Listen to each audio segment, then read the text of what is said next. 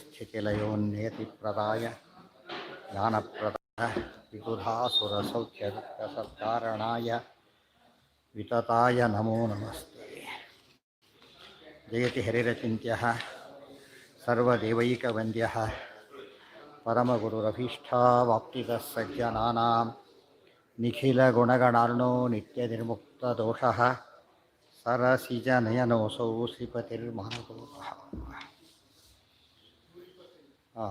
उक्तो यो महिमा विष्णोः सतुक्तो हि समाधिना शैवदर्शनमालम्ब्य क्वचित् शैवी कथोदिता समाधिभाषया उक्तं यत्तत्सर्वं ग्राह्यमेव हि यत्तत्सर्वं समाधिभाषೆಯ ಯತ್ತುಕ್ತಂ ತತ್ಸರ್ವಂ ಗ್ರಾಹ್ಯಮೇವ ಅಂತ ಹೇಳಿದ್ರಿಂದ ಅದನ್ನು ಒಪ್ಪಲೇಬೇಕು.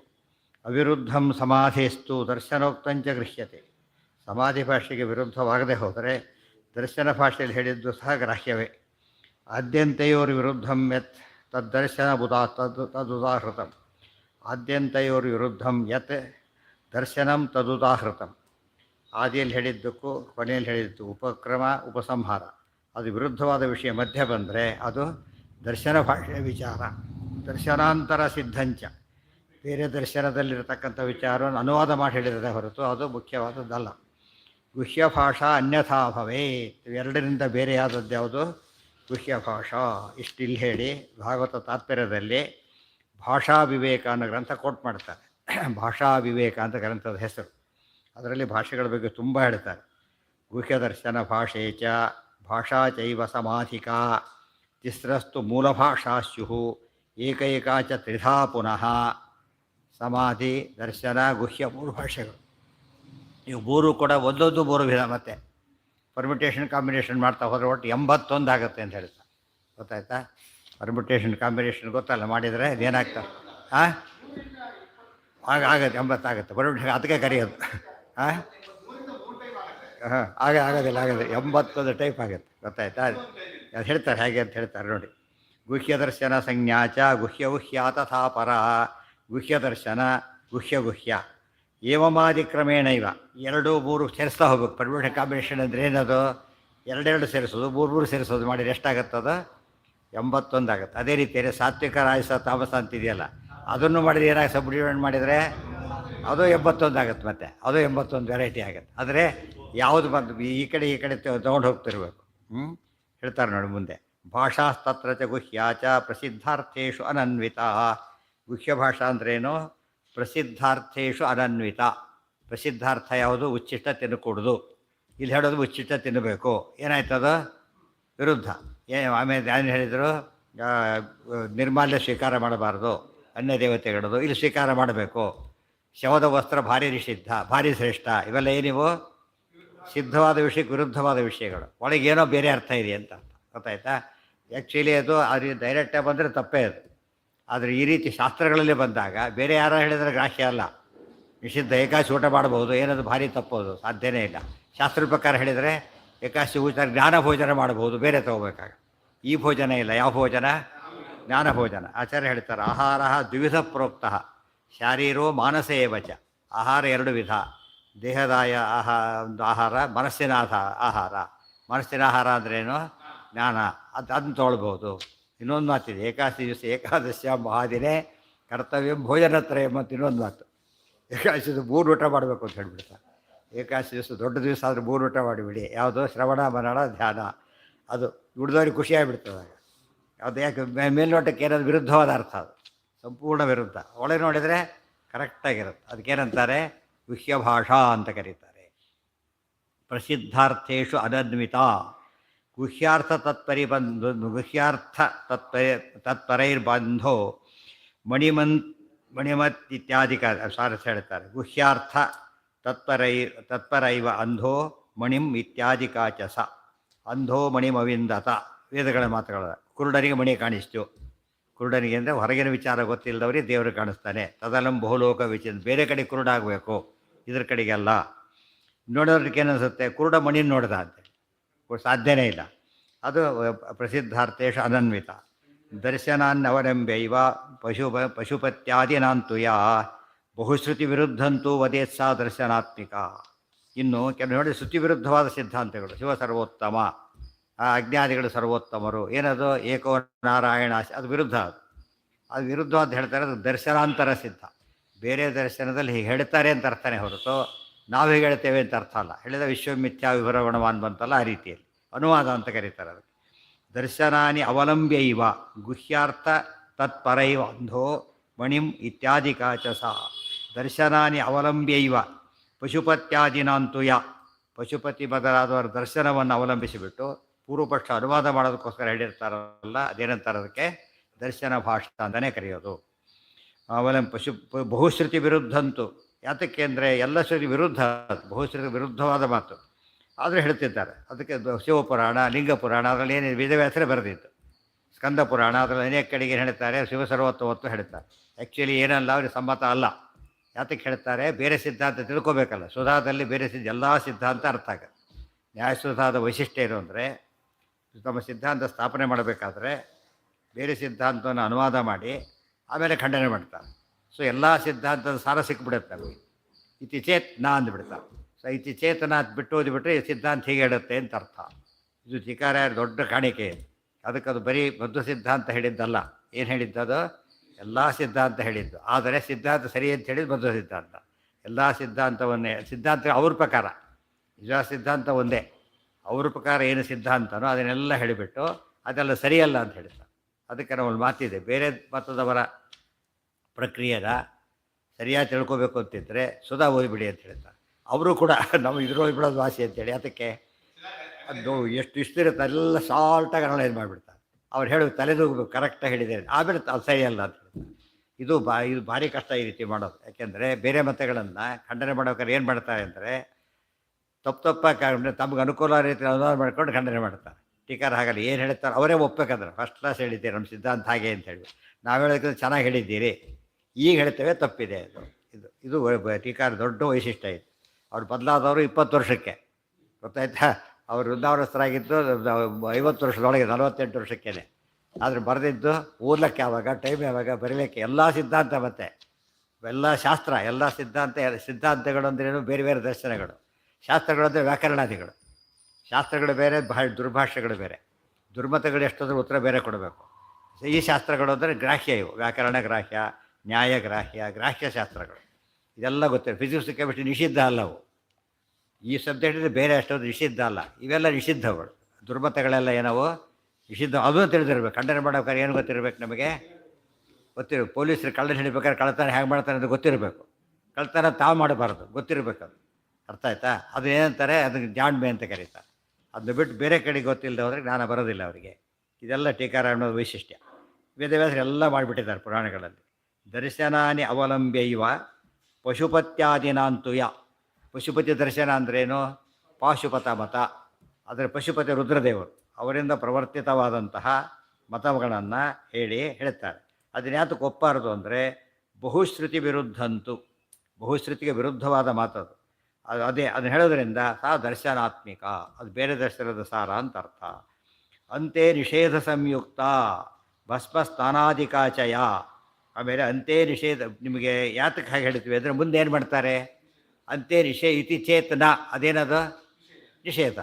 ಇಷ್ಟೊತ್ತು ಹೇಳಿದ್ದು ಅನುವಾದ ಮಾಡಿ ಕೊನೆಗೆ ಇತಿ ಚೇತನ ಅಂದರೆ ಏನದು ನಿಷೇಧ. ಆದರೆ ಸ್ಕಂದ ಪುರಾಣದ ಶಿವಸರ್ವೋತ್ತಮ ಬಹಳಷ್ಟು ಹೇಳಿಬಿಟ್ಟು ಮುಂದೆ ಅದರಲ್ಲಿ ಏನು ಬರುತ್ತೆ, ವೈಷ್ಣವ ಖಂಡ ಅಂತ ಬರುತ್ತೆ.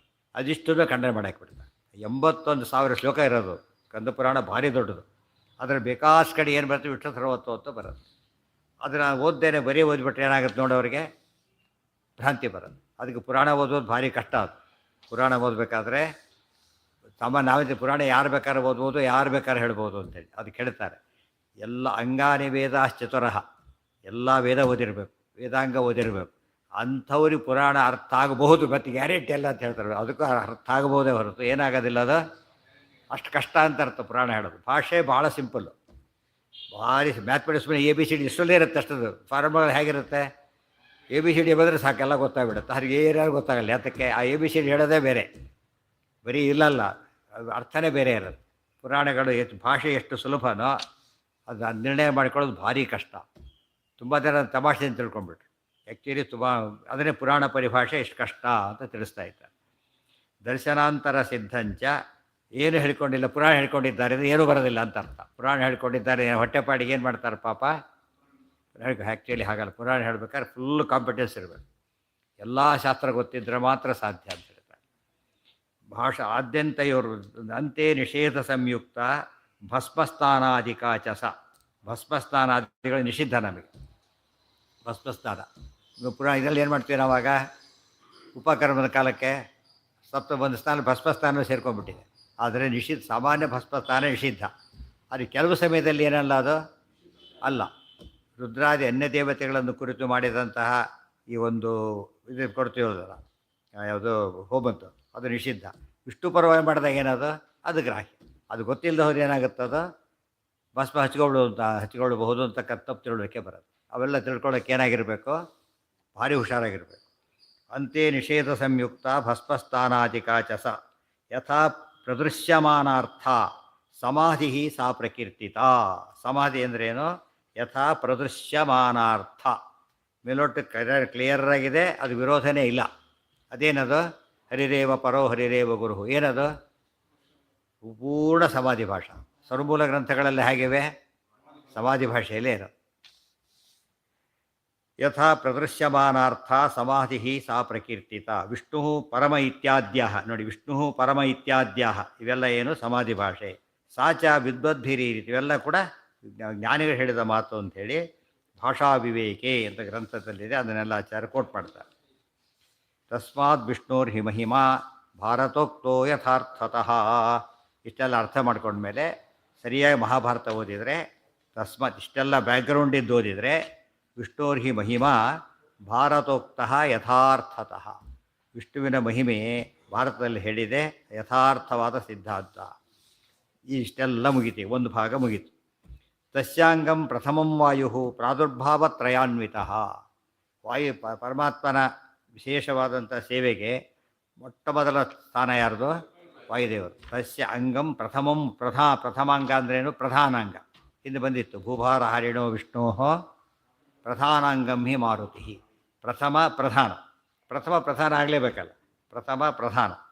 ತಸ್ಯ ಅಂಗಂ ಪ್ರಥಮಂ ವಾಯು ಪ್ರಾದುರ್ಭಾವತ್ರಯಾನ್ವಿತ. 3 ಅವತಾರದಲ್ಲಿ ಮಾಡಿದ್ದಾರೆ. ತುಂಬ ವಿಷಯ ಇದು. ಅನೇಕರಿಗೆ ಹೆಚ್ಚೆಚ್ಚು ಅವತಾರಗಳಿದೆ, 3ಕ್ಕಿಂತ ಹೆಚ್ಚಿದೆ ತುಂಬ ಜನಗಳಿಗೆ. ಆದರೆ ಏನಲ್ಲ, ಅವರು ಪ್ರಧಾನಾಂಗ ಅಲ್ಲ. ಯಾತಕ್ಕೆ, ಎಲ್ಲ ಅವತಾರಗಳಲ್ಲೂ ಭಗವತ್ ಕಾರ್ಯ ಸಾಧನೆ ಮಾಡಿಲ್ಲ ಅವರು. ಒಂದು ಉದಾಹರಣೆಗೆ ಅರ್ಜುನನೇ ಇದ್ದಾನೆ. ಅರ್ಜುನ ರೂಪದಲ್ಲಿ ಇಂದ್ರದೇವರು ಮಾಡಿದ್ದೇನೋ ಒಳ್ಳೆ ಭಗವತ್ ಕಾರ್ಯ ಸಾಧನೆ. ವಾಲಿ ರೂಪದಲ್ಲಿ ರಾಮದೇವರ ವಿರುದ್ಧ ನಿಂತುಕೊಂಡು, ಆದ್ದರಿಂದ ಹೋಯ್ತಲ್ಲಿಗೆ. ಇಲ್ಲಿ ಸುಗ್ರೀವನಾಗಿ ಸೂರ್ಯ ಮಾಡಿದ್ದು ಒಳ್ಳೆ ಭಗವತ್ ಸೇವೆ ರಾಮದೇವರಿಗೆ. ಅದೇ ಕರ್ಣನಾಗಿ ಮಾಡಿದ್ದು ಆಪೋಸಿಟ್. ಕರೆದು ಬರೋದಿಲ್ಲ ಈ ಕಡೆ ಬಾ ಅಂಥೇಳಿ, ವಿರೋಧ ಬಿಟ್ಟು ಬರೋದಿಲ್ಲ ಅಂತ ಹೇಳ್ಬಿಡ್ತಾರೆ. ಇದೆಲ್ಲ ಏನಿದು ವಿರುದ್ಧ. ಅದಕ್ಕೆ ಪ್ರಾದುರ್ಭಾವತ್ರಯಾನ್ವಿತ. 3 ಪ್ರಾದುರ್ಭಾವದಲ್ಲೂ ಏನು ಮಾಡಿದ್ದಾರೆ ಅವರು, ದೇವರ ಸೇವೆನೇ ಮಾಡಿದ್ದಾರೆ. ಬರೀ ದೇವರ ಸೇವೆ ಮಾಡಿಲ್ಲ, ಉಳಿದವರು ಯಾರು ಮಾಡಲಿಕ್ಕಾಗದಷ್ಟು ಮಾಡಿದ್ದಾರೆ. ಹನುಮಂತನಾಗಿ ಹನುಮಂತನ ಸಮಾನ ಯಾರೂ ಇಲ್ಲ. ಭೀಮಸೇನಾಗಿ ಭೀಮಸೇನ ಸಮೋ ನಾಸ್ತಿ. ಆಚಾರ್ಯರಾಗಿ ರಚಬದ್ಧೋ ಸಮೋ ಗುರು. 3 ಅವತಾರದಲ್ಲಿ ನಂಬರ್ 1 ಅದು. ಇದು ಅರ್ಥ ಮಾಡಿಕೊಂಡ್ರೆ ವಾಯುದೇವ್ರ ಮಹಿಮೆ ಎಷ್ಟು. ಯಾರು ಬೇಕಾದ್ರೂ ರಾಮಾಯಣ ಎಲ್ಲರ ಎದುರಿಗಿದೆ, ಮಹಾಭಾರತ ಎಲ್ಲರ ಎದುರಿಗಿದೆ. ನೋಡಿಬಿಟ್ರೆ ಅಲ್ಲೇ ಗೊತ್ತಾಗುತ್ತೆ.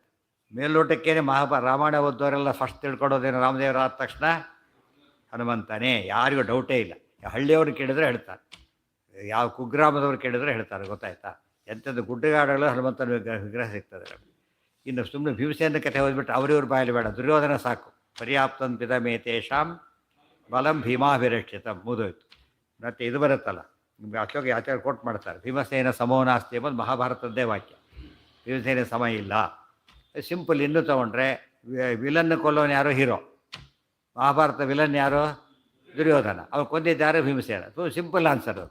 ಮತ್ತು ಹೀರೋಯಿನ್ ಯಾರು ಕಾಪಾಡ್ತಾರೆ, ಅವರು ಹೀರೋ. ದ್ರೌಪದಿರು ಕಾಪಾಡಿದ್ದಾರೋ ಭೀಮಸೇನ. ಆದ್ದರಿಂದ ಹೀರೋ. ಎರಡು ಟೆಸ್ಟಲ್ಲೂ ಕೂಡ ಯಾರಾಗೋದು, ಯಾರು ನೋಡಿದ್ರೆ ಈಗ ಸಿನಿಮಾ ನಾಟಕ ಕೆಟ್ಟದಾಗಿ ತೆಗೆದುಬಿಟ್ಟು ಹೀರೋ ಯಾರು ಮಾಡಿಬಿಟ್ಟಿದ್ದಾರೆ. ಈಗ ಯಾರು ಹೀರೋ ಆಗಿಬಿಡ್ತಾರೆ. ಭೀಮಸೇನ ಬಿಟ್ಟೇ ಬಿಟ್ಟಿದ್ದಾರೆ ಎರಡು. ಬಟ್ ಇದ್ರ ಬದಲಾಯಿಸಿಲ್ಲ ಪುಣ್ಯಕ್ಕೆ. ದುರ್ಯೋಧನ ಕೊಡೋದು ಈಗಲೂ ಭೀಮಸೇನೇ. ಎಷ್ಟು ಕೆಟ್ಟದಾಗಿ ಸಿನಿಮಾ ತೆಗೆದ್ರು, ನಾಟಕ ತೆಗೆದ್ರು ಕೂಡ ಇನ್ನೂ ಬದಲಾಯಿಸಿಲ್ಲ ಅದನ್ನು. ಮುಂದೆ ಕಾಲ ಬರ್ಬೋದು, ಸದ್ಯಕ್ಕಂತೂ ಇಲ್ಲ. ಏನೇನೋ ಬದಲಾವಣೆ ಮಾಡಿರ್ತಾರೆ. ಅದು ದುರ್ಯೋಧನ ಕೊಂದಿದ್ದು ಮಾತ್ರ ಯಾರು, ಭೀಮಸೇನೇ. ಅದು ಎಂದೂ ಬದಲಾವಣೆ ಮಾಡಿಲ್ಲ. ಆದಮೇಲೆ ಭೀಮಸೇನ ನಿಜವಾದ ಹೀರೋ ಆಯಿತು. ಇನ್ನು ಆಚಾರ್ಯ ಬಗ್ಗೆ ಅಂತ ಹೇಳೋ ಕಾರಣನೇ ಇಲ್ಲ. ಯಾತಕ್ಕೆ, ಇವತ್ತಿಗೂ ಸುಧಾದಿ ಗ್ರಂಥಗಳೆಲ್ಲ ಜಗತ್ತು ಹೊರಟದು, ಎಲ್ಲದಕ್ಕೂ ಸಾಧ್ಯನೇ ಇಲ್ಲ. ಇದೆಲ್ಲ ಅರ್ಥ ಮಾಡಿಕೊಂಡ್ರೆ ಆಚಾರ್ಯ 3 ಅವತಾರದಲ್ಲೂ ಕೂಡ ಪ್ರಧಾನಾಂಗಂ ಆಗಿದ್ದಾರೆ. ಪ್ರಥಮೋ ಅಂದರೆ ಉಳಿದವರು ಬೇರೆ ಅವತಾರಗಳಲ್ಲಿ ಅಂಗ ಕೂಡ ಆಗಲಿಲ್ಲ, ಪ್ರಧಾನ ಅಂಗ ಬೇಡ, ಅಂಗನೂ ಆಗಲಿಲ್ಲ. ಕೆಲವರು ಏನಾದರೂ ಬರೀ ಅಂಗ ಆದ್ರಷ್ಟೇ, ಪ್ರಧಾನ ಅಂಗ ಆಗಲಿಲ್ಲ. ನಿಜವಾಗಲೂ ಪ್ರಧಾನ ಅಂಗವಾಗಿ 3 ಅವತಾರದಲ್ಲೇ ಇದ್ದಿದ್ದು. 3 ಅವತಾರದಲ್ಲೂ ದೇವರಿಗೆ ತುಂಬ ಹತ್ತಿರ ಆಗಿದ್ದಿದ್ದು ಯಾರು ಅಂದರೆ ವಾಯುದೇವರು. ಅದಕ್ಕೆ ವಿಷ್ಣುರ್ಹಿತಾತ ಮೋಕ್ಷಸ್ಯ ವಾಯುಶ್ಚ ತದನುಜ್ಞೆಯ. ಹಿಂದೆ ವಾಯುದೇವರಿಗೆ ಯಾಕೆ ಹೋಗಿ ಉಪಯೋಗಿಸ್ಬೋದು, ಯಾತಕ್ಕೆ ಉಪಯೋಗಿಸ್ತಾ ಇರೋದನ್ನ? ಅವರಿಗೆ ಹುಟ್ಟಿದೆ ಆದರೆ ಏನಿಲ್ಲ, ದುಃಖಾದಿಗಳಿಲ್ಲ, ಅದಕ್ಕೆ ಅರ್ಥಲ್ಲಿ ಉಪಯೋಗಿಸ್ತಾರೆ. ದೇವರಿಗೆ ಮಾತ್ರ ಪ್ರಾದುರ್ಭಾವ ಅಂದರೆ 100%, ಮಹಾಲಕ್ಷ್ಮಿ ಪ್ರಾದುರ್ಭಾವ 100%. ವಾಯುದೇವರು ಹೇಳಬೇಕಾದ್ರೆ ದಗ್ಧ ಪಟಾಯಮಾನ ಅಂತ ಹೇಳ್ತೀವಲ್ಲ, ಹಾಗೆ ಇದ್ರೂ ಇಲ್ಲದ ಹಾಗಿರೋದ್ರಿಂದ ಏನಂತ ಕರಿಬೇಕು? ಪ್ರಾದುರ್ಭಾವ ಅಷ್ಟೆ. ಆದರೆ ಉಳಿದವರಿಗೆ ಮಾತ್ರ ಹುಟ್ಟು ಅಂತಲೇ ಹೇಳಬೇಕು. ಪ್ರಥಮೋ ಹನುಮಾನ್ ನಾಮ, ದ್ವಿತೀಯೋ ಭೀಮ ಏವಚ, ಪೂರ್ಣಪ್ರಜ್ಞ ತೃತೀಯಸ್ತು ಭಗವತ್ ಕಾರ್ಯ ಸಾಧಕ. ಇಲ್ಲಿದ್ದು ಭವಿಷ್ಯತ್ ಪರ್ವಗಂಚಾಪಿ, ಭವಿಷ್ಯತ್ ಪರ್ವ ಶಾಸ್ತ್ರ ಇದರ ವಾಕ್ಯ ಇದು, ಪುರಾಣ ವಾಕ್ಯ ಇದು. ಗೊತ್ತಾಯ್ತಾ? ನಾವು ಇತ್ತೀಚೆಗೆ ಯಾರೋ ಬರೆದಿದ್ದಲ್ಲ, ಅದು ಶಾಸ್ತ್ರದಲ್ಲೇ ಹೇಳಿಬಿಟ್ಟಿದ್ದಾರೆ ಈಗಾಗಲೇ. ಪ್ರಥಮೋ ಹನುಮಾನ್ ನಾಮ, ದ್ವಿತೀಯೋ ಭೀಮ ಏವಚ, ಪೂರ್ಣಪ್ರಜ್ಞ ತೃತೀಯಸ್ತು ಭಗವತ್ ಕಾರ್ಯ ಸಾಧಕ. ಇದನ್ನು ಇವರು ವಿದ್ಯಾರಣ್ಯರು ಸಾಯಣ ಮಾಧವರ ಸರ್ವದರ್ಶನ ಸಂಗ್ರಹ ಅಂತಿದೆ. ಪೂರ್ಣಪ್ರಜ್ಞ ದರ್ಶನ ಸಂಗ್ರಹ ಮಾಡಬೇಕಾದ್ರೆ ಈ ಶ್ಲೋಕ ಕೋಟ್ ಮಾಡ್ತಾರೆ ಅವರು ಕೂಡ. ಮನೆಗೆ ಕೋಟ್ ಮಾಡ್ತಾ ಯಶ ತ್ರಿಣಿತಾನೆ ಹೇಳಿದ್ದಾರೆ ಆಚಾರ್ಯ, ಇದನ್ನು ಹೇಳಿದ್ದಾರೆ ಅಂತ ಕೋಟ್ ಮಾಡಿಬಿಡ್ತಾರೆ. ಪ್ರಥಮ ಹನುಮಾನ್ ನಾಮ ಕೂಡ ಅದು ಎಷ್ಟರ ಮಟ್ಟಿಗೆ ಅದು ಪ್ರಸಿದ್ಧವಾಗಿತ್ತು ಅಂದರೆ ಆಚಾರ್ಯ ಕಾಲಕ್ಕೆ ಅದು ತೋರಿಸಿಯಾಗಿತ್ತು. ಯಾರು ಕೂಡ ಅಪೋಸ್ ಮಾಡಲಿಲ್ಲ ಅದನ್ನು. ಯಾತಕ್ಕೆ? ನಾವು ಹುಟ್ಟೋದಕ್ಕಿಂತ ಮುಂಚೆ ಪುಸ್ತಕ ಪ್ರಿಂಟ್ ಆಗಿದ್ದರೆ ಅದ್ರಲ್ಲಿ ತೋರಿಸ್ಬಿಟ್ರೆ ನಾವು ಬರೆದಾಗುತ್ತೆ ಅದನ್ನು. ಅಲ್ಲೇ ಅಲ್ಲ, ಈ ರೀತಿ ಆಚೆ ಎಲ್ಲ ತೋರಿಸ್ತಾ ಬಂತು. ಅದೇ ಎಲ್ಲರೂ ಯಾವ ಸಂಶಯನೂ ಬರಲೇ ಇಲ್ಲ. ಕೊನೆ ಪಕ್ಷ ಪುಸ್ತಕ ಇಟ್ಕೊಂಡಿದ್ದರೆ ತೋರಿಸ್ಬೋದಾಗಿತ್ತು, ಪುಸ್ತಕ ಕಳ್ಕೊಂಡ್ಬಿಟ್ಟಿದ್ರೆ ಹೋಗ್ಬಿಡುತ್ತೆ ಅಷ್ಟೇ. ಅದು ಇರೋದು ಹುಡುಕಿ ತೋರಿಸಿ ಅವ್ರದ್ದು ತೆಗೆದು ಜನ ಕನ್ವಿನ್ಸ್ ಮಾಡಿದರೆ ನಾವು ಏನು ಮಾಡಬೇಕಾಯ್ತು? ರೆಕಾರ್ಡ್ಸಲ್ಲಿ ಏನು ಮಾಡಬೇಕು? ಮನೆ ಕೊಂಡ್ಕೊಂಡು ರೆಕಾರ್ಡ್ ಬಿಸಾಕ್ಬಿಟ್ಟೆ, ಏನಾಯ್ತು ಅಲ್ಲಿಗೆ? ಕೇಸ್ ಆದರೆ ಏನೋ ಪಂಜಿತಿ ಆಗೋಯ್ತು. ಯಾತಕ್ಕೆ? ರೆಕಾರ್ಡ್ ಇಲ್ಲ, ಬಾಸ್ ಕಾರ್ಡ್ ಸುಟ್ಟಾಕ್ಬಿಟ್ಟ, ಅರ್ಜೆಂಟ್ ಇಂಟರ್ವ್ಯೂ ಹೋಗ್ಬೇಕು, ನಾಳೆಗೆ ಫೇಲ್ ಅವನು ಸಿಗೋಕ್ಕೆ ಸಾಧ್ಯನೇ ಇಲ್ಲ. ಯಾತಕ್ಕೆ? ಅದು ಎಲ್ಲ ನಿಜ, ಪಾಸ್ ಎಲ್ಲ ನಿಜಾನೇ, ಬಟ್ ಏನಿಲ್ಲ, ಡಾಕ್ಯುಮೆಂಟ್ ಅವನ ಹತ್ರ ಇಲ್ಲ. ಈಗ ಡಾಕ್ಯುಮೆಂಟ್ ಇದೆ, ಅವನ ಹತ್ರ ಇಲ್ಲ, ಹೋಯ್ತಾರೆ. ಇವತ್ತು ಹಾಗಾಗಿದೆ ನಮ್ದು. ಅದ್ರ ಪುಸ್ತಕಗಳು ಯಾಟಕ್ಕೆ ಇಟ್ಕೋಬೇಕು ಅಂದರೆ ಓದ್ತೀವೋ ಬಿಡ್ತೀವೋ, ಏನಿರಬೇಕದು ಸೇಲ್ಡೆಡ್ ಅರ್ಥ ಆಗುತ್ತೆ ಇಟ್ಕೊಂಡವ್ರಿಗೆ. ಹಳ್ಳಿಯವರು ಸೇಲ್ಡೆಡ್ ಇಟ್ಕೊಂಡಿರ್ತಾರೆ, ಅರ್ಥ ಆಗುತ್ತೆ ಸೇಲ್ಡೆಡ್ ಇಂಗ್ಲೀಷ್ನಲ್ಲಿ ಇರೋದನ್ನು, ಅರ್ಥ ಆಗುತ್ತಾ? ಬಟ್ ಏನಿದೆ ಅದರಲ್ಲಿ? Complete document. ಅವ್ನು ಕೇಳಿದ್ರೆ ತೋರ್ಸೋಕ್ಕೆ ಬರುತ್ತೆ ಅವನಿಗೆ ಅರ್ಥ ಆಗೋದಿಲ್ಲ, ಓದೋಕ್ಕೆ ಬರೋದಿಲ್ಲ ಅವನಿಗೆ. ಬಟ್ ಏನು ಗೊತ್ತು ಅವನಿಗೆ? ಇದು ನನ್ನ ಮನೆಯ ಡಾಕ್ಯುಮೆಂಟು, ನನ್ನ ಜಮೀನಿನ ಡಾಕ್ಯುಮೆಂಟು ಅಂತ ಅದು ತೋರಿಸಿದ್ರೆ ಏನಾಗುತ್ತೆ ಅಲ್ಲಿಗೆ? ಇವನ ಕಡೆ ಆಗಿಬಿಡುತ್ತೆ ಅಲ್ಲೇ. ಅದಕ್ಕೆ ಪುಸ್ತಕ ಓದಲಿ ಬಿಡಲಿ, ಏನಿರಬೇಕದು? ಪುಸ್ತಕ ಇರಲೇಬೇಕು. ಮಾಧ್ವರ ಮನೆ ಅಂದರೆ ಸರ್ವಮೂಲದಿಂದ ಹೇಳಿದ್ರೆ ಎಲ್ಲ ಗ್ರಂಥ ಇರಬೇಕು. ಅದು ಇಟ್ಕೊಳ್ಳದೆ ಹೋದರೆ ಮುಂದೆ ಪ್ರಾಬ್ಲಮ್ ಬಂದಾಗ ಎಷ್ಟು ಫಜೀತಿ ಆಗುತ್ತೆ. ಯಾರೋ ರೆಕಾರ್ಡ್ ಇಟ್ಕೊಂಡಿರ್ತಾರೆ, ನಮ್ಮ ಕೊಟ್ಟು ನಿಮ್ಮದು ಅಯ್ಯೋ ಎಷ್ಟು ಉಪಕಾರ ಮಾಡಿದೆ ಅಂತ ಹೇಳೋದಿಲ್ಲ, ತಕ್ಷಣ ಕಳ್ಕೊಂಡ್ಬಿಟ್ಟಿದ್ದೆ ತಂದುಕೊಟ್ಟಿಯಲ್ಲ, ಭಾರಿ ಹುಷಾರು, ಎಷ್ಟು ಅವ್ನು ಸಾಕಷ್ಟು ಅವನು ಸನ್ಮಾನ ಮಾಡ್ತಾರೆ. ಅದಕ್ಕೆ ತುಂಬ ಇಂಪಾರ್ಟೆಂಟ್ ಡಾಕ್ಯುಮೆಂಟ್ ಕಳ್ಕೊಂಡ್ಬಿಟ್ಟಿದ್ದೆ, ನಿನ್ನ ಸಿಕ್ಕಿದೆ, ನೀನು ಇಟ್ಕೊಂಡಿಲ್ಲ ಅಂತ ತಂದುಕೊಟ್ಟಿದ್ದೆ, ಆದ್ದರಿಂದ ತುಂಬ ಥ್ಯಾಂಕ್ಸ್ ಅಂತ ಹೇಳಿದ್ದೆ. ಆ ರೀತಿ ಮಾಡಿದರೆ ತುಂಬ ಅನುಕೂಲ. ಪೂರ್ಣಪ್ರಜ್ಞ ಸ್ತುತಿಯತ್ತು. ಹಿಂದವರೆಲ್ಲ ಹಾಗೆ ಮಾಡಿದರೆ ಎಷ್ಟೋ ಜನಗಳು ನದಿಗೆ ಹಾಕಿಬಿಟ್ಟವ್ರು ಇದ್ದಾರೆ, ಮನೆಯಲ್ಲಿ ಯಾರು ಓದೋದಿಲ್ಲ. ಇನ್ನೊಬ್ರು ಓದೋರು ಕೊಟ್ಟಿದ್ದರೆ ಎಷ್ಟು ಉಪಯೋಗ ಆಗ್ತಿತ್ತು. ಕೆಲವರು ಇಟ್ಕೊಳ್ಳೇ ಇಲ್ಲ, ಇಟ್ಕೊಂಡಿದ್ದನ್ನು ಬಿಸಾಕಿದ್ರು, ಕೆಲವರು ಸುಟ್ಟಾಕಿದ್ರು, ಎಲ್ಲೋ ಕೆಲವರು ಕೊಟ್ಟಿದ್ದಕ್ಕೆ ಎಷ್ಟು ಉಪಯೋಗ ಆಯಿತು ಕೊಟ್ಟವರಿಗೆ ಪಾಪ. ಅದರಿಂದ ಎಷ್ಟು ಜನ್ಮಾಂತರದ ಒಳ್ಳೆಯ ಜ್ಞಾನ ಬರುತ್ತೆ ಅವರಿಗೆ. ಇವತ್ತು ನಮ್ಮ ಜನಗಳಲ್ಲಿ ಸ್ವಭಾವ ಇಲ್ಲ, ಏನಿಲ್ಲ, ಹೇಳಿದ್ರೆ ಕೊಡೋದಿಲ್ಲ ಅಂತಲೇ ಹೇಳೋದು. ಇಷ್ಟೆಲ್ಲ ಮಾತಾಡಿದ್ರೆ ಯಾರೂ ಕೊಡೋದಿಲ್ಲ, ಭಾರಿ ತಪ್ಪದು. ಒಂದು ಗ್ರಂಥ ಇರೋದೇ ಯಾತಕ್ಕೋಸ್ಕರ? ಪ್ರಕಾಶ ಬರೆದ್ರೆ ಯಾತಕ್ಕೋಸ್ಕರ ಬರೆದವರು ಪಾಪ. ಇನ್ನೊಂದು ಉಪಯೋಗ ಆಗಲಿ ಅಂತ ಅವ್ರು ಬರೆದಾಗ ಅದನ್ನು ನಾವಿಟ್ಕೊಂಡು ಕೂತ್ಕೊಂಡು ಉಪಯೋಗ ಮಾಡದೆ ಹೋದರೆ ಬರೆದವ್ರು ಏನು ಮಾಡ್ತಾರೆ? ನಮಗೆ ಶಾಪ ಹಾಕ್ತಾರೆ ಜ್ಞಾನಿಗಳು. ಇಟ್ಕೊಂಡಿದ್ದು ಯಾತಕ್ಕೆ ನೀನು ಅಂತೆ. ತುಂಬ ತಪ್ಪದು, ತುಂಬ. ಇದೆಲ್ಲ ಭಾರಿ ಇಂಪಾರ್ಟೆಂಟ್ ಇವೆಲ್ಲ. ಇದು ಬೇರೆಯವರು ಬೇರೆ ಮಾತಾಡೋಕ್ಕೆ ಬರೋದಿಲ್ಲ. ಡಾಕ್ಯುಮೆಂಟ್ ತೋರಿಸಿದ ಮೇಲೆ ಆಚಾರ್ಯ ಒಪ್ಪಲೇಬೇಕು ವಾಯುದೇವರು ಅಂತೇಳಿ. ಪ್ರಥಮಾಂಗ ಅಂತಲೂ ಒಪ್ಪಬೇಕು. ಭಗವತ್ ಕಾರ್ಯ ಸಾಧಕ ಹನುಮಾನ್ ಭಗವತ್ ಕಾರ್ಯ ಸಾಧಕ, ಭೀಮ ಭಗವತ್ ಕಾರ್ಯ ಸಾಧಕ, ಪೂರ್ಣಪ್ರಜ್ಞ ಭಗವತ್ ಕಾರ್ಯ ಸಾಧಕ. ಉಳಿದವ್ರು ಏನು ಮಾಡಿದರು? ತಮ್ಮ ಕೆಲಸನೂ ಮಾಡ್ಕೊಬಿಟ್ರು. ಮತ್ತೆ ಕಾಶಿಗೆ ಹೋಗಿ ಬಂದು ಆಫೀಸ್ ಕೆಲಸ ಮುಗಿತು, ಬಂದಾರ ಸೀರೆನೂ ತಂದೆ, ಎರಡೆರಡು ಕೆಲಸ ಆಯಿತು. ಆಚಾರ್ಯ ಏನು ಮಾಡ್ತಿದ್ರು ಯಾವಾಗಲೂ ಅವರು? ಬರೀ ಭಗವತ್ ಕಾರ್ಯನೇ. ಒಂದೇ ಒಂದು ದಿವಸ ಮನೆ ನಮ್ಮ ವೆಹಿಕಲ್ ಉಪಯೋಗಿಸಿಲ್ಲ ಆಫೀಸ್ ಅಂತ ಹೇಳೋರು ಎಷ್ಟು ಜನ ಸಿಗ್ತಾರೆ? ಮನೆಗೆ ಉಪಯೋಗಿಸಿರೋದೇ ಜಾಸ್ತಿ ಇರುತ್ತೆ ಎಷ್ಟೋ ಸಲ. ತಪ್ಪದು. ನಿಜವಾಗಲೂ ಭಗವತ್ ಕಾರ್ಯ ಭಗವತ್ ಕಾರ್ಯನೇ ಆಗಬೇಕು. ಇದು ತುಂಬ ಇಂಪಾರ್ಟೆಂಟ್ ಬರೋದು. ಭಗವತ್ ಕಾರ್ಯ ಅಂದ್ರೇನು? ಪರಿತ್ರಾಣಾಯ ಸಾಧೂನಾಂ ವಿನಾಶಾಯ ಚ ದುಷ್ಕೃತಾಂ ಧರ್ಮ ಸಂಸ್ಥಾಪನಾರ್ಥಾಯ ಸಂಭವಾಮಿ ಯುಗೆ ಯುಗೆ. ಅದೇ ಭಗವತ್ ಕಾರ್ಯ ಅಂತೇಳಿ. ಸರ್ಕಾರದ ಕೆಲಸ ಅಂದ್ರೇನು? ಇಟ್ ಈಸ್ ಫಾರ್ ಪಬ್ಲಿಕ್ ತಾನೆ, ಪಬ್ಲಿಕ್ ಸರ್ವಿಸ್. ಅದೇ ಸರ್ಕಾರದ ಕೆಲಸ. ಅದು ಮಾಡದೆ ಹೋದ್ರೆ ಏನಾಯ್ತು ಅಲ್ಲಿಗೆ ಸರ್ಕಾರ ದ್ರೋಹ ಆಯಿತು. ಭೀಮಸೇನ ದೇವರು ಇದ್ದಾರೆ, ಅದು ಬ್ರಾಹ್ಮಣನ ಮನೆಯಲ್ಲಿ ಅಳೋದು ಕೇಳಿಸ್ತು. ತಕ್ಷಣ ಹೇಳಿದರು, ಅಮ್ಮ ನೋಡ್ಕೊಂಬ ಏನು ಬೇಕಾದ್ರು ಮಾಡ್ತೀನಿ ಅಂತೇಳಿ. ಅದು ದುಃಖ ಇತ್ತು, ಪರಿಹಾರ ಮಾಡಲಿಲ್ಲ, ವಿನಾಶ ಆಯಿತು. ದುಷ್ಕೃತ ಬಕಾಸುರನ ಕೊಂದರು. ಏನಾಯ್ತು ಅದೀಗ ಭಗವತ್ ಕಾರ್ಯ ಆಯಿತು. ನೋಡೋದಕ್ಕೆ ಏನದು ಒಬ್ಬ ಬ್ರಾಹ್ಮಣರಿಗೆ ಉಪಕಾರ ಮಾಡಿದಾಗಾಯ್ತು ಅಷ್ಟೇ. ಆ್ಯಕ್ಚುಲಿ ಅಲ್ಲ, ಏನದು ಇಡೀ ಬ್ರಾಹ್ಮಣ ಕೃದ ಚಕ್ರೆ ಏಕಚಕ್ರ ಜನಾನಾಂ, ಇಡೀ ಆ ಊರಿಗೆ ಅದು ಒಟ್ಟು ಅದು ಸೇವೆ ಯಾರಿಗೆ ದೇವರಿಗೆ. ಇದು ಅರ್ಥ ಮಾಡ್ಕೊಂಡ್ರೆ ನಾವು ಮಾಡ್ತಕ್ಕಂಥ ಯಾರೋ ತುಂಬ ದುಃಖಪಟ್ಟು ಬಂದರು, ನೀರು ಕೊಟ್ಟ, ಭಗವತ್ ಕಾರ್ಯ ಅದು. ಅದಕ್ಕೆ ಯಾರಿಗೆ ದುಃಖದಲ್ಲಿರೋ ಏನು ಮಾಡ್ಬೇಕು ನಾವಾಗ ನಮ್ಮಿಂದ ಆದಷ್ಟು ಪರಿಹಾರ ಕೊಡಬೇಕು. ನಮ್ಮಿಂದ ಆದಷ್ಟು ಪರಿಹಾರ ಕೊಟ್ಬಿಟ್ರೆ ಭಗವಂತನ ಸೇವೆ ಅದು. ನಾವೇನು ಮಾಡ್ತೇವೆ, ಅವ್ನು ಒದ್ದು ಹೊರಗೆ ಹಾಕಡಿ ಅಂತ ಇಲ್ಲಿ ಮಂಗಳಾರತಿ ಮಾಡ್ತಾ ಕೂತಿರೋದು. ಅರ್ಥ ಆಯ್ತಾ? ಇಲ್ಲಿ ಮಂಗಳಾರತಿ ಮಾಡೋದು, ಅಲ್ಲಿ ಅವ್ನು ಬೈದು ಕಳಿಸೋದು. ಏನಾಯ್ತು ಅಲ್ಲಿಗೆ ಭಗವತ್ ಸೇವೆ ಆಗಲೇ ಇಲ್ಲ. ಅರ್ಥ ಆಯ್ತಾ? ಈಗ ಅದಕ್ಕೆ ಎಷ್ಟರ ಮಟ್ಟಿಗೆ ಹೇಳ್ತಾ ಶಾಸ್ತ್ರದಲ್ಲಿ, ಮನೆ ಮುಂದೆ ಬ್ರಹ್ಮಚಾರಿ ಬರ್ತಾನೆ, ಸನ್ಯಾಸಿ ಹಿಂದಕ್ಕೆ ಸನ್ಯಾಸಿ ಮನೆಗೆ ಬರ್ತಿದ್ರು, ಭಿಕ್ಷಕ್ಕೆ ಬರ್ತಿದ್ರು. ಒಂದು ಭಿಕ್ಷಾ ಅಂತ ಕೇಳ್ತಾರೆ. ಅವಾಗ ಏನು ಮಾಡ್ಬೇಕು ಇವರು, ಇನ್ನು ಪೂಜೆ ಏನಾಗಿಲ್ಲ, ವೈಷ್ಣವ ಆಗಿಲ್ಲ. ಅರ್ಥ ಆಯ್ತಾ? ವೈಷ್ಣವ ಆಗಿಲ್ಲ, ಅದು ಹೇಳಿ ಕಾಯಿಸ್ಬೇಡಿ, ಅವ್ರು ನೀವು ವೈಷ್ಣವ ತೆಗೆದಿಟ್ಕೊಂಡ್ಬಿಟ್ಟು ಅವ್ರಿಗೆ ಹಾಕಿ ಕಳಿಸ್ಬಿಡಿ ಅಂತ ಹೇಳ್ತಾರೆ. ಅದು ಎಷ್ಟು ಇಂಪಾರ್ಟೆಂಟ್ ಅಂದರೆ ಅದು ಮೈಲಿಗೆ ಇದೊಂದು ವಿಶಿಷ್ಟ ಅನಿಸೋದಿಲ್ಲ ಆಗ.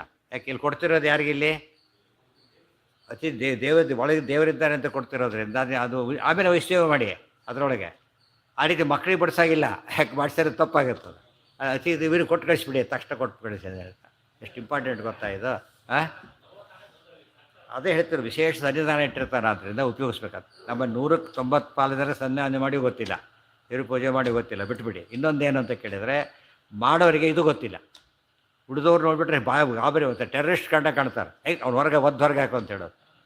ಅದು ತಪ್ಪದು. ಅದರಿಂದ ಅವರೆಲ್ಲ ತಮ್ಮ ತಮ್ಮದೇ ಬೇರೆ ಮಠ, ಅದು ಬೇರೆ ಬೇರೆ ಸ್ವಾಮಿಗಳು ಮಾಡ್ಕೊಂಬಿಟ್ರೆ ಎಲ್ಲರೂ ಕೂಡ ಮಾಡಬಾರ್ದು. ನಮ್ಮ ಬೇಸಿಕ್ ಇದು. ಯಾವಾಗ ಒಂದು ಕಡೆ ಕೆಲಸ ಆಗೋದಿಲ್ಲ ಏನು ಮಾಡ್ತೇವೆ ನಾವಾಗ, ನಮ್ಮ ವ್ಯವಸ್ಥೆ ಬೇರೆ ಮಾಡ್ಕೊಬೋಣ ಅನಿಸ್ಬಿಡುತ್ತೆ. ಹೌದಾನೆ? ಒಂದು ಕಡೆ ಆಗೋದಿಲ್ಲ ಅಂದರೆ ವ್ಯವಸ್ಥೆ ಬೇರೆ, ಹಾಗೆ ಮಾಡಬಾರ್ದು. ಇದನ್ನು ಮಾಡಿದರೆ ಏನಾಗುತ್ತಾಗ ನಿಜವಾದ ದೇವರ ಸೇವೆ. ಆಚಾರ್ಯ ಹೇಳ್ತಾರೆ, ಉಳಿದೆಲ್ಲ ನೀವು ಮಾಡಿ ಸೈನ್ ಮಾಡಿದಾಗ ಲೆಕ್ಕ ಅಷ್ಟೇ. ಸೈನ್ ಮಾಡಿದ್ರೆ ಸಂಬಳ ಕೊಡೋದಿಲ್ಲ, ಸೈನ್ ಮಾಡಿದ ಅಟೆಂಡೆನ್ಸ್ಗೆ ಅಷ್ಟೇ. ಉಳಿದ ಕೆಲಸ ಎಲ್ಲ ಮಾಡಬೇಕು ಅವನು. ಇವಾಗ ಸಂಧ್ಯಾವಂದನೆ ಮಾಡೋದೇನು ಸೈನ್ ಮಾಡಿದಾಗ ಅಷ್ಟೇ. ಇದೆಲ್ಲ ಇದೆಯಲ್ಲ, ಯಾವುದೋ ಪರಿತ್ರಾಣಾಯ ಸಾಧೂನಾಂ ವಿನಾಶಾಯಿತು ದುಷ್ಕೃತಾಂ ಇದೆಯಲ್ಲ, ಅದು ನಿಜವಾದ ಭಗವತ್ ಸೇವೆ. ಅರ್ಥ ಆಯ್ತಾ? ಈಗ ಅದನ್ನು ನಾವು ಮಾಡೋದಿಲ್ಲ. ಆದ್ದರಿಂದ ನಮ್ಮವರೇ ಕೆಲವು ಹೇಳ್ತಾರೆ, ಕೆಲವು ಕ್ಯಾಸ್ಟವ್ರು ಇರ್ತಾರೆ, ಅವ್ರವ್ರು ಎಷ್ಟು ಸಹಾಯ ಮಾಡ್ಕೊತಾರೆ ಗೊತ್ತಾ ಅಂತ ಹೇಳ್ತಾರೆ. ಒಬ್ಬ ಅಲ್ಲಿ ಇದ್ದು ಎಲ್ಲರೂ ಸೇರಿಸ್ಕೊಂಡ್ಬಿಡ್ತಾರೆ ತಮ್ಮವ್ರನ್ನ. ಒಬ್ಬ ಇದ್ದು ಬಿಟ್ಟರೆ ಸಾಕು. ನಮ್ಮಲ್ಲಿ ಒಬ್ಬ ಹೋದು ಯಾರೂ ಸೇರಿಸ್ಕೋಬೋದಿಲ್ಲ. ಆಮೇಲೆ ಗೊತ್ತಾ ನಿಮಗೆ, ಯಾವ ಇರೋವರು ಹೋಗೋರು ಏನೇನೋ ಕೆಲಸ ಆಗಲ್ಲ. ಎಲ್ಲ ಎಕ್ಸೆಪ್ಷನ್ಸ್ ಕೆಲವರು ಇದ್ದಾರೆ, 1 or 2 ಅಷ್ಟೇ, ವೆರಿ ವೆರಿ ರೇರ್. ಉಳಿದವ್ರು ಹಾಗಲ್ಲ. ಒಬ್ಬ ಬಂದ ಅಂದರೆ ನಮಗೆ ಉಳಿದವ್ರು ಯಾರ್ಯಾರೂ ಸಿಗಲ್ಲ ಅಂತ. ಇದು ನಿಜವಾಗ್ಲೂ ತುಂಬ ಜನ ಅನುಭವಕ್ಕೆ ಬಂದಿರೋದು. ನಾವು ಪ್ರಶ್ನೆಯಲ್ಲೇ ನಾವು ತುಂಬ ಕಳ್ಕೊಂಡಿರೋದು ನಮ್ಮ ಮಾತೂರು ಪ್ರಶ್ನೆಯಲ್ಲಿ. ಗೊತ್ತಾಯ್ತಿಲ್ಲ, ಅವ್ರು ಪುಸ್ತಕರು ಮಾಡಲಿಲ್ಲ, ದುಡ್ಡು ಕೊಡಲಿಲ್ಲ. ಬೇರೆ ಜನ ಫಸ್ಟ್ ಕ್ಲಾಸ ಮಾಡ್ತಾರೆ, ಭಾಳ ಗೌರವದಿಂದ ಮಾಡ್ತಾರೆ. ಆ್ಯಕ್ಚುಲಿ ಅನ್ಯಾಯ ಅದು. ನಮಗೆ ಏನು ಎಜುಕೇಷನ್ ಬಂದಿಲ್ಲ ಅಂದರೆ ಇದು ಬಂತೆ ಹೊರತು ಹ್ಯೂಮನ್ ವ್ಯಾಲ್ಯೂಸ್ ಬರಲಿಲ್ಲ, ಮನುಷ್ಯತ್ವನೇ ಇರೋದಿಲ್ಲ. ಆದ್ದರಿಂದ ತಪ್ಪಾಗಿಬಿಡೋದು. ಮತ್ತು ನಮ್ಮ ಜನ ಬಡಿ ದಾರಿ ಹೋಗೋಣ ಒದ್ದು ಓಡಿಸ್ಬಿಡೋದು. ಹುಡುಗ ಮುಟ್ಟಿಬಿಟ್ಟ ಅದು ಸತ್ತ ಅಂತಲೇ ಅರ್ಥ. ಎಲ್ಲರೂ ಹೊಡೆದಾಕ್ಬಿಡ್ತಾರೆ. ಅದು ಕೂಸೋಗೋದು ಮರ್ತೇ ಬಿಡ್ತಾರೆ, ಅವ್ನಿಗೆ ಗೊತ್ತೇ ಇಲ್ಲ ಅಂತ ಮರ್ತು ಬಿಡ್ತಾರೆ. ಎಜುಕೇಟ್ ಮಾಡಿದ್ರೆ ಏನಾಗ್ತಾ ಇತ್ತಾಗ ಇವರು ಒಂದು ಸ್ನಾನ ಜಾಸ್ತಿ ಆಗ್ತಿತ್ತು ಅಷ್ಟೇ, ಏನೇನಿಲ್ಲ. ಆದರೆ ರಾತ್ರಿ ಏನಾಗ್ತಿತ್ತು ಪಾಪ, ಒಳ್ಳೆ ತಿಳುವಳಿಕೆ ಬಂದಿರೋದು. ನಮ್ಮಲ್ಲಿ ಆ ಪದ್ಧತಿ ಇಲ್ಲ. ಆದ್ದರಿಂದ ಇದು ತುಂಬ ತಪ್ಪಾಗ್ತಿರೋದು. ಭಗವತ್ ಕಾರ್ಯ ಸಾಧನೆ ಎಂಬುದು ಯಾವಾಗಲೂ ಜ್ಞಾಪಕ ಇರಬೇಕು ನಮಗೆ. ಇವತ್ತು ನಾವು ಮಾಡಿದ ಭಗವಂತನ ಕಾರ್ಯ ಹೌದಾ? ಎಷ್ಟು ಜನ ಬೈದು ಕಳಿಸಿದ್ದೀವಿ, ಅವರೆಲ್ಲರೂ ಶಾಪ ನಮಗೆ ಬರುತ್ತಾಗ. ಎಷ್ಟು ಜನಕ್ಕೆ ಕೆಲವಕ್ಕೆಲ್ಲ ಜಾತಿ ನೋಡಬಾರದು. ಹಸುವೆ ಬಂದಿದ್ದಾನೆ, ತುದ್ಕೊಬಿಡ್ತಾನೆ, ನೀರು ಕೇಳ್ತಾನೆ, ಯಾವ ಜಾತಿ ಪ್ರಶ್ನೆನೇ ಇಲ್ಲ, ನೀರು ಕೊಡಬೇಕು. ನೀವು ಯೋಗ್ಯ ಕೂಡ ನೋಡಬಾರ್ದು ಅಂತ. ಅದಕ್ಕೆಲ್ಲ ಯೋಗ್ಯನೂ ಗೊತ್ತಿಲ್ಲ. ಅದು ನಮ್ಮ ಹುಷಾರಲ್ಲಿ ಒಳಗೆ ನೀರು ಕೇಳಿ ಒಳಗೆ ಬರ್ತಾರಲ್ಲ, ಹತ್ತೋರು ಇರ್ತಾರೆ, ಅದಕ್ಕೆಲ್ಲ ಕೊಡಬಾರ್ದು. ನಾವೇನು ಮಾಡಬೇಕಾಗ ಹುಷಾರಾಗಿ ಯೋಚನೆ ಮಾಡ್ಕೊಂಡು ಕೊಡಬೇಕು ನೀರು. ಅವ್ನು ಯಾರದ್ದು ಗೊತ್ತಿಲ್ಲ ನಮಗೆ. ನೀರು ಕೊಡದಾಗಿರೋಲ್ಲ, ಬಸ್ ಸಿಕ್ಕಾಕೋಬಾರ್ದು. ಅಷ್ಟು ಜ್ಞಾನ ಇರಬೇಕು ಅಷ್ಟೇ ಹೊರತು ಕೊಡೋದಿಲ್ಲ ಅವೆಲ್ಲ ಹೇಳೋಕ್ಕೆ ಹೋಗ್ಬಾರ್ದು. ನಮ್ಮಲ್ಲಿ ಪದ್ಧತಿಯಲ್ಲಿ ಬೇರೆ ಯಾವ್ದಾರು ಊರಿಗೆ ಹೋಗಿ ನೀವೀಗ ಮನೆ ಬಾಗಿಲು ಹಾಕಿರಲ್ಲ. ಹಳ್ಳಿಗಳಲ್ಲಿದ್ದರೆ ಮನೆ ಬಾಗಿಲು ಬೆಳಗ್ಗೆ ತೆಗೆದ್ರೆ ಮತ್ತೆ ರಾತ್ರಿ 10 ಗಂಟೆಗೆ ಅದಕ್ಕಿಂತ ಮುಂಚೆ ಬಾಗಿಲು ಹಾಕ್ತಿರ್ಲಿಲ್ಲ. ಈಗ ಬಾಗಿಲು ತೆಗಾಗೇ ಇರಲ್ಲ. ಹೇಗಿರುತ್ತೆ ಈಗ, ಅರ್ಧ ತೆಗೆದು ನೋಡ್ಬೇಕಾಗತ್ತೆ, ಏಟವಿಗೆ ಆಗ್ಬೇಕು. ಆ ವ್ಯಾಲ್ಯೂ ಹೊರಟೋಗ್ಬಿಟ್ಟಿದೆ. ಹಾಂ, ಅದು ನಮಗೆ ಗೊತ್ತಿಲ್ಲ. ಅನ್ನ ನೀರು ಕೊಡ್ಲಿಕ್ಕೆ ಏನೂ ನೋಡಬಾರ್ದು. ಅನ್ನಂಸ ಕೃತಂ ಪಾತ್ರ. ಅನ್ನ ನೀರು ಕೊಡಬೇಕಾದ್ರೆ ಹಸಿವಾಗಿದ್ದ ಪಂಕ್ತಿ ಊಟಕ್ಕೆ ಬಂದುಬಿಡ್ತಾನೆ ಅವನು. ಸಮಾಧಾನ ಬೆಳೆದು ಯಾರೋ ಬಂದುಬಿಡ್ತಾನೆ ಊಟಕ್ಕೆ. ಅವ್ನು ಮಾಧ್ವ ಅಲ್ವೇ ಅಲ್ಲ. ಬಟ್ ಊಟ ಇಲ್ಲ ಅಂತ ಹೇಳಿ ಅಲಂಕಾರಕ್ಕೆ ಅದಕ್ಕೆಲ್ಲ ಕುಡ್ಸೋಕೆ ಹೋಗಬೇಡಿ. ಅವ್ರಿಗೆ ಅನ್ನ ಹಾಕಬೇಕು. ಹಸಿವಂತೂ ಬಂದವರಿಗೆ ಅನ್ನ ಕೊಡಬೇಕು, ನೀರು ಕೊಡಬೇಕು. ಅರ್ಥ, ಅದು ನಮ್ಮ ಕರ್ತವ್ಯ. ಅದನ್ನು ನಾನು ಬೇಡ ಅಲ್ಲೇ ಕುಡಿಸಿ ಅದು ಸಾಧ್ಯ ಇಲ್ಲ. ಅದು ಸಾಧ್ಯ. ಅನ್ನ ನೀರು ಕೊಡ್ತೀವಿ, ಅಷ್ಟು ಗ್ಯಾರಂಟಿ.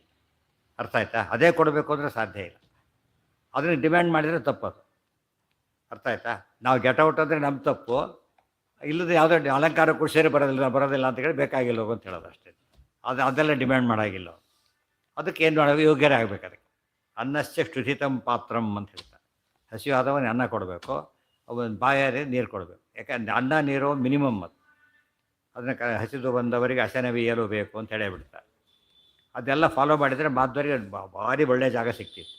ಫಾಲೋ ಮಾಡೋದು ಬಿಟ್ಟಿದ್ದರಿಂದ ಹೋಯ್ತು ಅಷ್ಟೇ. ಹನುಮಂತ ದೇವರ ಕೆಲಸ ಅಂದರೆ ಇದೇನೆ, ಭಗವತ್ ಕಾರ್ಯ ಸಾಧಕ.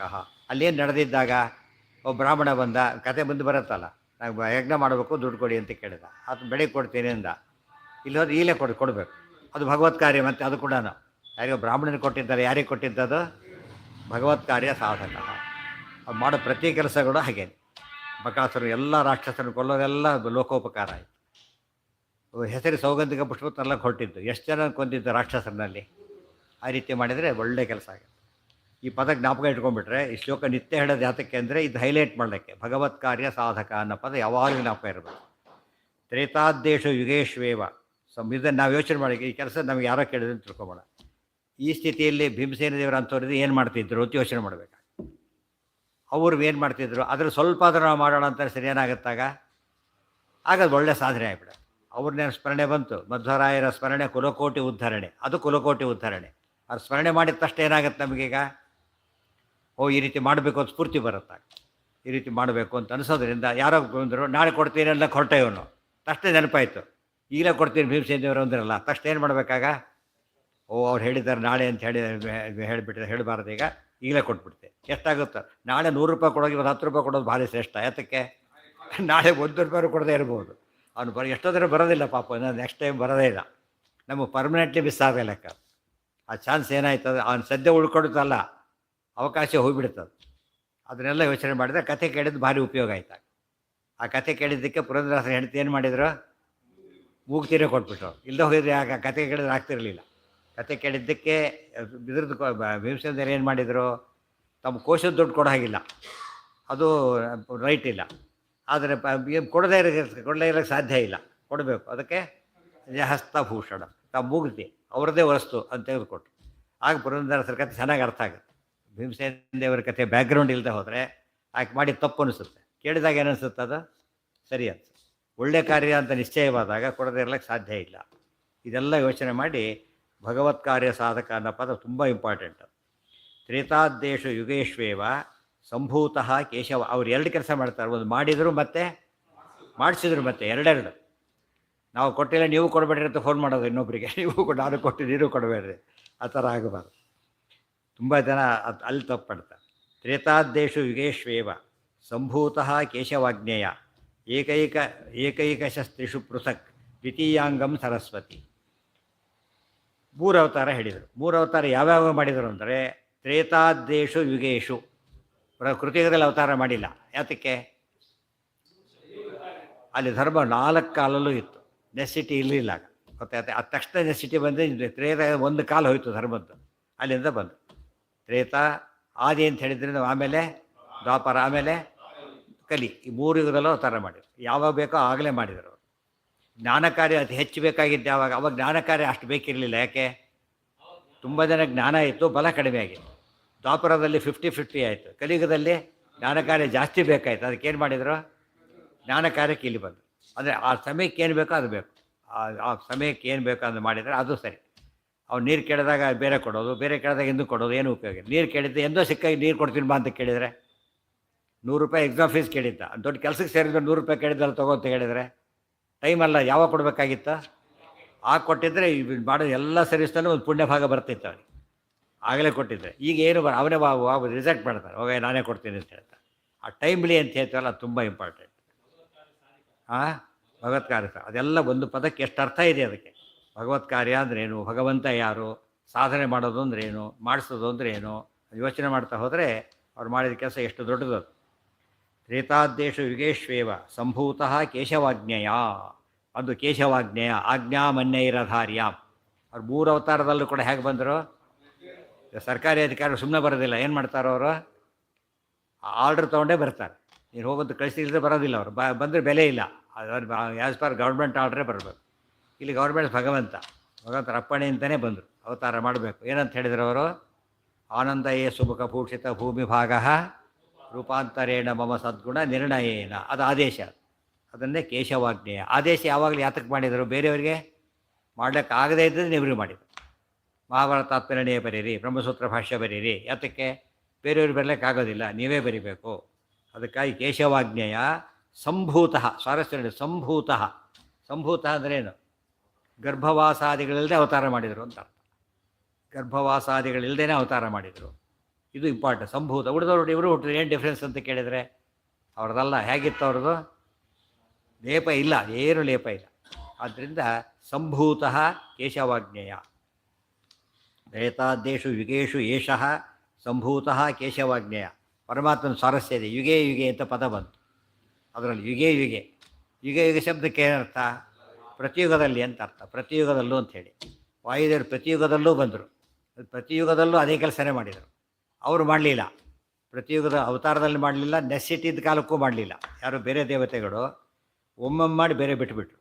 ಆದರೆ ಇವರು ಯುಗೇ ಯುಗೆ, ಯುಗೇ ಯುಗೆ. ದಿನೇ ದಿನೇ ಅಂದ್ರೇನು?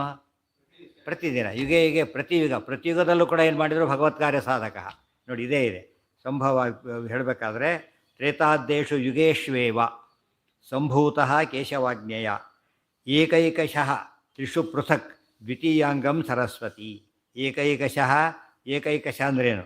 ಒಂದು ರೂಪ ತ್ರೇತೆಯಲ್ಲಿ ಒಂದೊಂದು, ಮತ್ತು ಒಂದು ರೂಪ ಭೀಮರೂಪ ದ್ವಾಪರದಲ್ಲಿ, ಮಧ್ವರೂಪ ಕಲಿಯುಗದೊಳಗೆ. ಏಕೈಕಶಃ ಒಂದೊಂದೇ ರೂಪದಿಂದ ಪ್ರತ್ಯೇಕ ಅವತಾರ ಮಾಡಿ, ತ್ರಿಷು ಪೃಥಕ್ ಇಷ್ಟು ಪ್ರತ್ಯೇಕ ಅವತಾರ ಮಾಡಿಬಿಟ್ಟು ಏನು ಮಾಡಿದರು? ಭಗವತ್ ಕಾರ್ಯ ಸಾಧನೆ ಮಾಡಿರೋದ್ರಿಂದ ಭಾರಿ ಶ್ರೇಷ್ಠವಾದ ಸಾಧನೆ ಅವರದ್ದಾಯಿತು.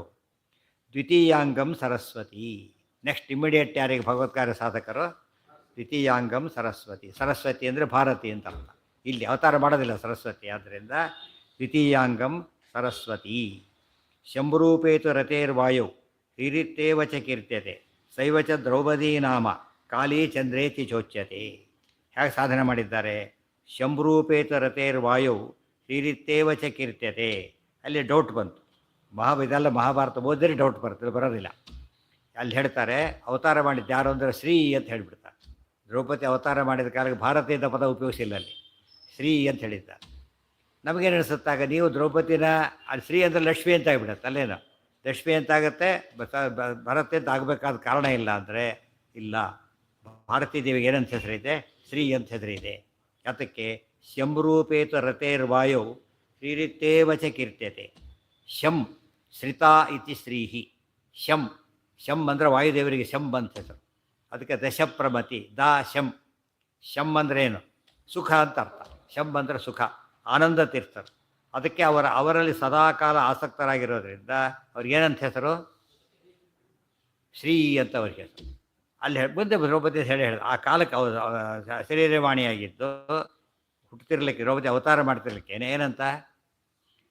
ಏಷಾ ಶ್ರೀ ಅಂತ ಹೇಳ್ತಾ. ಈಗ ಶ್ರೀ ಅವತಾರ ಮಾಡಿರೋರು ಗೊತ್ತಾ ಅಂತ ಹೇಳ್ತಾ. ಅದಕ್ಕೆ ಆಚಾರ್ಯ ಹೇಳಿದ ಮಾತಿತ್ತು, ಶಂಭುರೂಪೇತ ರತೇರ್ವಾಯೋ ಶ್ರೀರಿತೇವಚ ಕೀರ್ತ್ಯತೆ ಸೈವಚ ದ್ರೌಪದಿ ನಾಮ. ಇವರ ಅವತಾರ, ಅವರ ಪ್ರಥಮಾಂಗ ಹೇಗಾದ್ರು ದ್ರೌಪದಿ ರೂಪದಲ್ಲಿ ಅವತಾರ ಮಾಡಿದಾರಲ್ಲ, ಇದು. ಇನ್ನೂ ಎರಡಿದೆ, ನಳನಂದಿನಿ ಮತ್ತು ವಿಪ್ರಕನ್ಯಾ ಶಿವಕನ್ಯಾ ಅಂತಿದೆ. ಅದು ಈ ಪ್ರಸಂಗ ಬಂತು ಅಂತ ಹೇಳಲಿಲ್ಲ, ಇಲ್ಲಿ ಹೇಳ್ತಾರೆ. ಕಾಳಿ ಚಂದ್ರೇತಿ ಚೋಚ್ಯತೆ. ಅದೇ ಕಾಲದ ಇನ್ನೊಂದು ರೂಪ ಇತ್ತು, ಕಾಳಿ ರೂಪ. ದ್ರೌಪದಿ ರೂಪ ಎರಡು. ಇವರೇನು ಮಾಡಿದರು? ತ್ರೇತಾಯುಗದಲ್ಲೊಂದು, ದ್ವಾಪರದಲ್ಲೊಂದು, ಕಲಿಯುಗದಲ್ಲೊಂದು ಮಾಡಿದರು. ಅವರು ತ್ರೇತಾಯುಗದಲ್ಲಿ ಮಾಡಿದರು, ಇದರಲ್ಲಿ ಮೂರರಲ್ಲೂ ಮಾಡಿದರು. ಅದು ದ್ವಾಪರದಲ್ಲಿ ಎರಡು ಅವತಾರ ಮಾಡಿದರು. ಒಂದು ದ್ರೌಪದಿ, ಇನ್ನೊಂದು ಕಾಳಿ. ಎರಡು ರೂಪದಲ್ಲಿ ಅವತಾರ ಮಾಡಿದ್ದರಿಂದ ಕಾಳಿ. ಆಮೇಲೆ ಚಂದ್ರ ಅಂಬೋದು ಕಲಿಯುಗದ ರೂಪ. ಅದು ಕಾಳಿ ಚಂದ್ರೇತಿ ಚೋಚ್ಯತೆ, ಚಂದ್ರಾರೂಪ ಅಂತ ಹೇಳಿ ಹೆಸರು. ಅದು ಕಲಿಯುಗದ ಆಚಾರ ಅವತಾರ ಮಾಡಿದ ಕಾಲಕ್ಕೆ ಮಾಡಿದರು ಅಂತ ಹೇಳ್ತಾರೆ. ಅದೆಲ್ಲ ಆಚಾರ್ಯ ಹೇಳ್ತಾರೆ. ದ್ರೌಪದಿ ಅವತಾರವಾಗಿದ್ದು ಕಲಿಯುಗದಲ್ಲಿ, ಅವ್ರ ಅವತಾರ ಮಾಡಿದ ಕಾಲಕ್ಕೆ ಆಯಿತು ಅಂತ ಹೇಳ್ತಾರೆ. ಅದರಿಂದ ಚಂದ್ರೇತಿ ಚೋಚ್ಯತೆ. ಶಿವಕನ್ಯಾ ವಿಪ್ರಕನ್ಯಾ ಅಂತ ತ್ರೇತಾಯುಗದಲ್ಲಿ. ಅದು ಮುಂದೆ ಬರುತ್ತೆ, 18ನೇ ಅಧ್ಯಾಯ ಡಿಟೇಲಾಗಿ ಹೇಳ್ತಾರೆ ಅದನ್ನೆಲ್ಲ. ತೃತೀಯಾಂಗಂ ಹರೇಶೇಷಃ ಸೈವಚ ದ್ರೌಪದಿ ನಾಮ ಕಾಳಿ ಚಂದ್ರೇತಿ ಚೋಚ್ಯತೆ. ಕಾಳಿ ರೂಪದಿಂದನೂ ಭಗವತ್ ಕಾರ್ಯ ಸಾಧನೆ, ದ್ರೌಪದಿ ರೂಪದಿಂದ ಭಾರಿ ಜಾಸ್ತಿ. ಚಂದ್ರ ಕಲಿಯುಗದಲ್ಲಿ ಚಂದ್ರ ರೂಪದಿಂದ ಮಾಡ್ತಾರೆ. ಆದ್ದರಿಂದ ಮೂರು ಅವತಾರದಲ್ಲೂ ಕೂಡ ಭಗವತ್ ಕಾರ್ಯ ಸಾಧನೆಯನ್ನು ರುದ್ರಾದಿ ದೇವತೆಗಳಿಂತಲೂ ಸಹ ಹೆಚ್ಚು ಮಾಡಿದ್ದ್ಯಾರು ಅಂದರೆ ದ್ವಿತೀಯಾಂಗ ರೂಪದ ಸರಸ್ವತಿ ಭಾರತೀ ದೇವಿ ಮಾಡಿದ್ದಾರೆ ಅಂತ ಹೇಳಿ.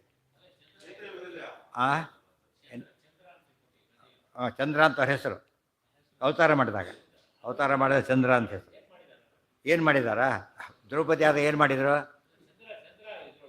ಚಂದ್ರ ಇದ್ರೊಳಗೆ ಅದು ಆಚೆ ತಿಳ್ಕೊಂಬಿಡ್ತಾಚಾರ ತಂಗಿಯಾಗಿ ಹುಟ್ಟಿದ್ರು ಹಾಗೆಲ್ಲ ಹೇಳ್ತಾರೆ. ಗೊತ್ತಾಯ್ತಾ? ಅದೆಲ್ಲ ಸೇವೆ, ಅನೇಕ ರೀತಿಯಲ್ಲಿ ಸೇವೆ ಮಾಡೋದು, ದುಷ್ಟರನ್ನು ಆಕರ್ಷಣೆ ಮಾಡೋದು ಅವರ ಅಧಪತನಕ್ಕೋಸ್ಕರ, ಮತ್ತು ದುರ್ಮತವನ್ನು ಅವ್ರು ಪ್ರಸಾರ ಮಾಡಿದಾಗ ಅಂಥವ್ರನ್ನ ಶಿಕ್ಷೆ ಮಾಡಲಿಕ್ಕೋಸ್ಕರ ಪ್ರೇರೇಪಣೆ ಮಾಡೋದು. ಇವರನ್ನೆಲ್ಲ ಕೂಡ ಖಂಡನೆ ಮಾಡೋದು, ಪ್ರೇರೇಪಣೆ ಮಾಡೋದು ಕೂಡ ಏನದು? ಅವ್ರಿಗೆ ಸೌಗಂಧಿಕ ಪುಷ್ಪ ತಂದು ಕೊಡಬೇಕು ಅಂತ ಕೇಳಿದರು. ಆ ನೆಪದಿಂದ ಏನಾಯಿತು? ಅಷ್ಟು ಜನ ಭೀಮಸೇನ ದೇವ್ರು ಕೊಂದು. ಆ ಪುಣ್ಯ ಯಾರಿಗೆ ಬಂತೀಗ? ಒಂದು ಶೇರು ಇರು ಬಂತ. ಕಳಿಸ್ಕೊಟ್ಟವ್ರಿಗೆ ಪುಣ್ಯ ಬರುತ್ತೋ ಇಲ್ಲೋ? ಜಮಗಾನ ಕೊಟ್ಟವರಿಗೆ ಥ್ಯಾಂಕ್ಸ್ ಹೇಳ್ತಾರೆ. ಜಮಗಾನ ಕೊಟ್ಟರು, ಜಾಗ ಕೊಟ್ಟರು ಅಂತ ಹೇಳಿದಾಗೆ ಅವ್ರು ಮಾಡಿದರು. ಆ ರೀತಿ ಹೇಳಿದ್ದು ಸೀತಾದೇವಿ ಮಾಯಾಮೃಗ ಬೇಕು ಅಂತ ಕೇಳಿದ್ದಕ್ಕೆ ಏನಾಯಿತು? ಮುಂದೆ ಓಡ್ ಕತೆ ರಾವಣ ಸಂಹಾರಕ್ಕೆ ಕಾರಣ ಆಯ್ತದು. ಮಾಯಾ ದಿನಕ್ಕೆಂತ ಕೇಳೋದಕ್ಕೆ ಕೊಟ್ಟಿದ್ದಕ್ಕೆ ಮುಂದೆ ಏನಾಯ್ತದು? ಇಡೀ ರಾಕ್ಷಸರ ಸಂಹಾರಕ್ಕೆ ಕಾರಣ ಆಗೋಯ್ತು. ಇವರು ಸೌಗಂಧಿಕ ಪುಷ್ಪ ಕೇಳಿದ್ದಕ್ಕೆ ಮಣಿವಂತಾದಿ ವಧಕ್ಕೆ ಕಾರಣ ಆಯಿತು. ಆದ್ದರಿಂದ ಒಂದು ಕೇಳೋದ್ರಲ್ಲೂ ಏನಿದೆ ಸ್ವಾರಸ್ಯ? ಅಷ್ಟಿದೆ. ಸಾಮಾನ್ಯ ಹೀಗಾಗುತ್ತೆ ಗೊತ್ತಾ? ಕೆಲಸ ರಾತ್ರಿ ಹೊತ್ತಿನಲ್ಲಿ ಯಾರೋ ಬಂದುಬಿಡ್ತಾರೆ, ಅವ್ರಿಗೆ ಯಾರಿಗೋ ಊಟ ಹಾಕ್ಲಿಕ್ಕೆ ತಯಾರಿರೋದಿಲ್ಲ ಯಾರು ಕೂಡ. ಎಷ್ಟೊತ್ತಲ್ಲಿ ಯಾರು ಹಾಕ್ತಾರೆ ಅಂತೇಳಿ. ಇನ್ನೊಬ್ಬ ಇಂಪಾರ್ಟೆಂಟ್ ಪರ್ಸನ್ ಬಂದ, ಅದಕ್ಕೆ ಆ್ಯಕ್ಚುಲಿ ಊಟ ಬೇಕಾಗಿಲ್ಲ, ಏನಾದ್ರು ಮಾಡಿ ಸ್ವಲ್ಪ ಅಂತ. ಅವಾಗ ಏನು ಮಾಡ್ತಾರೆ? ಎಲ್ಲರಿಗೂ ಯಾತಕ್ಕೆ ಕೇಳ್ತಾರೆ ಬೇಕು ಅಂಥೇಳಿ, ಇಷ್ಟು ಜನಕ್ಕಾಗಲಿ ಅಂತ ಕೇಳಿದ. ಆಮೇಲೆ ಕೊನೆಯ ಬೇಡ ಅಂತ ಬಂದುಬಿಡ್ತಾರೆ ಇಷ್ಟೊತ್ತಲ್ಲ. ಇಷ್ಟು ಜನಕ್ಕಾಗಲಿ ಅಂತ ಕೇಳ್ತಾರೆ. ಯಾತಕ್ಕದು? ತಾನು ಬೇಡ ಅಂದರೆ ಏನಾಗುತ್ತೆ? ಅಷ್ಟು ಜನಕ್ಕೆ ಇಲ್ದಾಗ ಆಗಿಬಿಡು. ಅದು ಜಾಣ್ತಾರ. ಯಾವಾಗಲೂ ಕೂಡ ನೋಡೋದಕ್ಕೆ ಒಬ್ಬರು ಮಾಡಿದ ಲೆಕ್ಕ, ತುಂಬ ಜನಕ್ಕೆ ಮಾಡೋದು ಅದು. ಹಿಂದೆ ಅನೇಕ ಜ್ಞಾನಿಗಳು ಇರ್ತಿದ್ರಂತೆ. ಏನೋ ತಿನ್ಬೇಕು ಅನಿಸಿದ್ರೆ ಅವರು ಯತಿಗಳು ತಿನ್ನಾಗಿಲ್ಲ, ಹಾಗೆಲ್ಲ ಚೆನ್ನಾಗಿ ಮಾಡಿಸ್ಬಿಡೋದು, ಎಲ್ಲರ ಕರೆದು ಹಾಕಿಬಿಡೋದು, ನೋಡ್ತಾ ಕೂತಿರೋದು ಹೋಗ್ಬಿಡೋದು ಅಷ್ಟೇ. ತಾವು ತಿನ್ನೋದಿಲ್ಲ ಅದನ್ನು. ಯಾಕೆ? ಅದರಿಂದ ತೃಪ್ತಿ. ಆ ತೃಪ್ತಿ ಇನ್ನೂ ಜಾಸ್ತಿ, ಯಾವುದಕ್ಕಿಂತ ತಾವು ತಿಂದಿದ್ದಕ್ಕಿಂತ ಜಾಸ್ತಿ.